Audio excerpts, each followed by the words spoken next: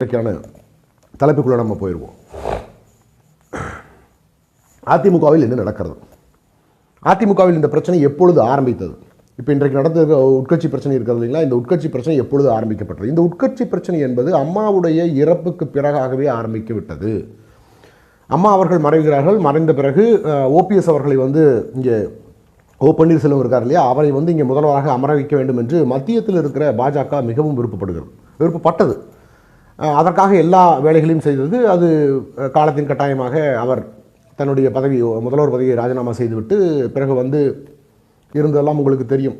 அம்மா அவர்களுடைய சமாதியில் அவர் தர்ம யுத்தத்தை தொடங்கியதெல்லாம் இதெல்லாம் யாருடைய ஆதரவின் பேரில் தொடங்கினார் என்றால் பாரதிய ஜனதாவுடைய, அதாவது பிஜேபி அஜந்தா, அந்த அஜந்தாவை வைத்துக்கொண்டு தான் இவர் தொடர்ந்து செயல்பட்டார். அப்படி செயல்பட்டிருக்கிற நிலையில் காலத்தின் கட்டாயம் கருதியும் இயற்கையும் ஆன்மாவாக நாம் வழிபடுகிற புரட்சி தலைவி அவர்களுடைய ஆன்மாவின் அடிப்படையில் ஐயா எடப்பாடியார் அவர்கள் அந்த இடத்திற்கு நகர்கிறார். முதல்வராக உங்கள் எல்லாத்துக்கும் தெரியும்.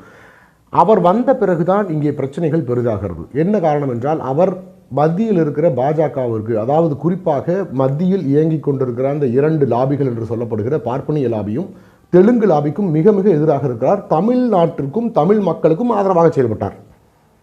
அதனாலேயே இவரை அதிமுகவிலிருந்து இவரை வெளியேற்றி விட வேண்டும் என்று பல வேலைகளை பாஜக செய்தது.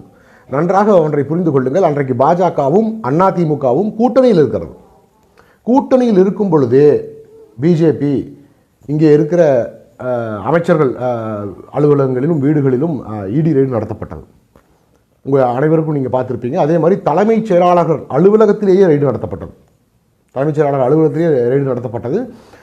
மிகப்பெரிய அழுத்தங்கள் கொடுக்கப்பட்டது. அதன் வாயிலாக கட்சியில் பொதுச் செயலாளர் என்ற நிலையிலிருந்து ஒருங்கிணைப்பாளர், இணை ஒருங்கிணைப்பாளர் என்ற ஒரு நிலையை ஏற்படுத்தினார்கள்.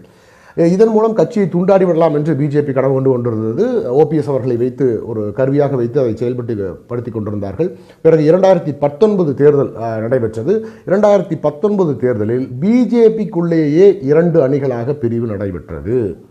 இதுதான் உண்மை. இதை நீங்கள் இன்றைக்கி நான் சொல்லும் பொழுது உங்களுக்கு மிகப்பெரிய ஆச்சரியமாக இருக்கலாம். இல்லை என்ன இவன் இப்படி சொல்கிறான், இதெல்லாம் உண்மையா, இதெல்லாம் நம்புற மாதிரி இருக்கா அப்படின்னு கூட நீங்கள் நினைக்கலாம். வருகிற தேர்தல் அதை உறுதிப்படுத்திவிடும்.